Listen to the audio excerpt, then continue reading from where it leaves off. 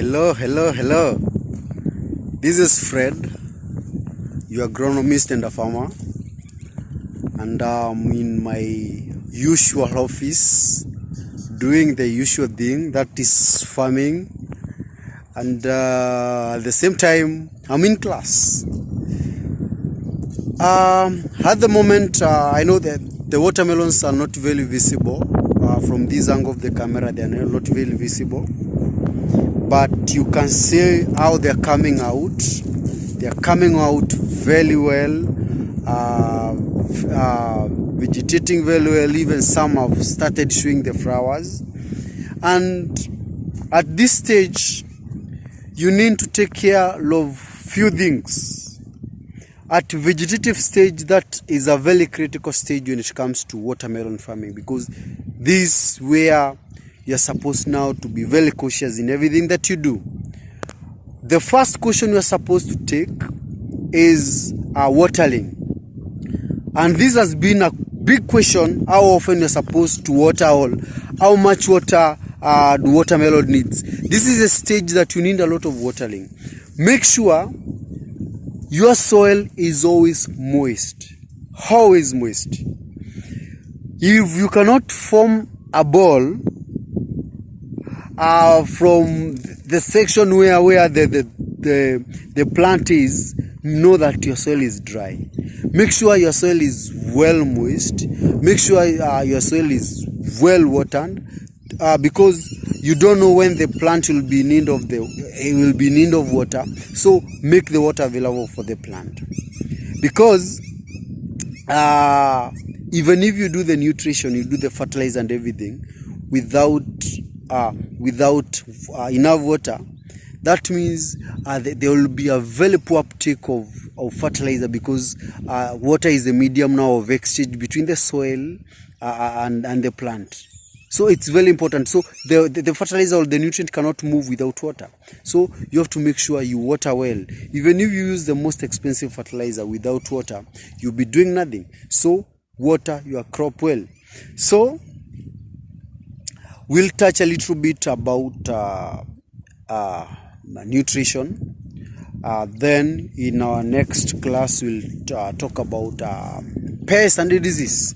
So at this stage, you need to do a phosphorus, a nitrogen fertilizer, because there is still continuous development of root. There is continuous development of stem. There is continuous development of new shoots. So phosphorus is still key, is still very essential.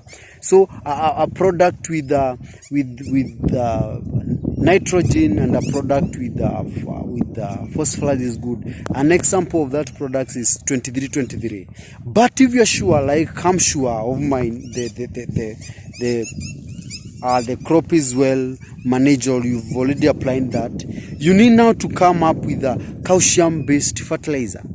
And among the calcium-based fertilizer, among them is Yara liver nitrable. That is what I'm using in my case, because Yara liver nitrable is rich in calcium. It has nitrogen in it, very good nitrogen for the young crop, and also a very essential product that is needed at this stage of flowering, which is boron. So if you apply Yara liver nitrable at this stage, you are assured of a good crop, and you are assured of good production, because at the end of it, that is what we are looking for. We are looking for at a good production. We are looking at good growth. So make sure you are there. You look at whatever you apply, and apply good nutrient. The percentage or the amount of application also depends by the farmer. Like in my case, I'm using 10 grams per plant. And some, depending on the nature of the plant, I can even do 15 grams. If the plant looks like it's in need of nutrient, apply enough fertilizer. If it looks good, you can apply as low as 5 grams. There is no problem. There is no fight on that. So when it comes to fertilizer, you have to be very keen, and don't forget that watering is key. Watermelon is watermelon not because of the fruit, but because of the water it uses. That's a concept for the farmer. The consumer will call it watermelon because of the fruit and the juice inside it, but the farmer is the manufacturer of the juice and is the manufacturer of the fruit. So it's watermelon because of water. Make sure you apply enough water, make sure you have the water is quality, and make sure the water is readily available for the plant, so that you can make a good fruit, you can make big fruit, and that means totals to a good production. Applying the fertilizer. I know many of you will ask the mechanism that I'm using to apply the fertilizer. There are different mechanisms that you use during fertilizer application. You can do broadcasting. That's where you come throwing the fertilizer in the furrow.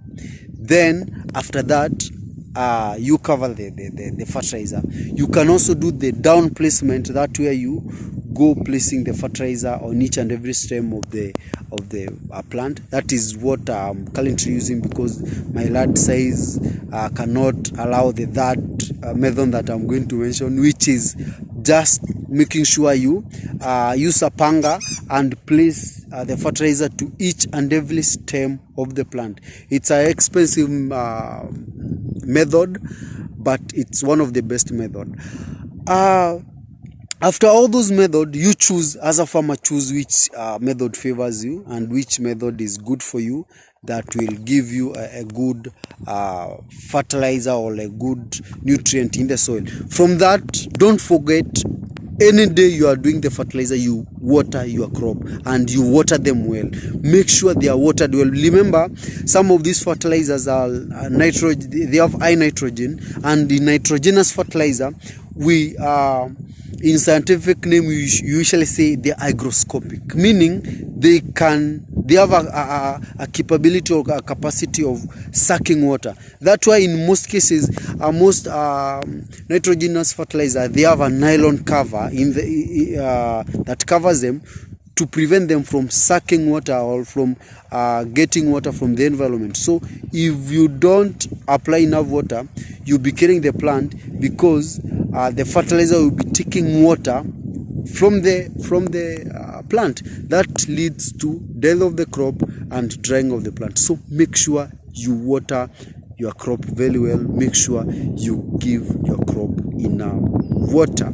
And I hope that has been a good class to you. You've learned something in fertilizer application, which is our third or second to some. I've combined the two classes, which is the 23 fertilizer, which I mentioned should increase the vegetation, and those who have already applied that can do a boron calcium fertilizer, which I'm currently doing, in order to make sure my crop is well covered and it's in good state. If you have not subscribed to this channel, make sure you subscribe. You can also check my other social media, my Facebook page, my TikTok, my Insta, and all these social medias are at Farm with Fred. Make sure you follow. There are also good classes over there, like on Facebook. I write a lot about farming. You can also check my Twitter handles at Farm with Fred. Also my personal Twitter handle, which is Fred Monene _. Make sure you follow. Make sure you're always on check. You can get the update. You can also continue learning. Don't forget to share this video. Don't forget to leave a comment. A compliment is also good. And invite other farmers so that you can be class and learn together. Bye.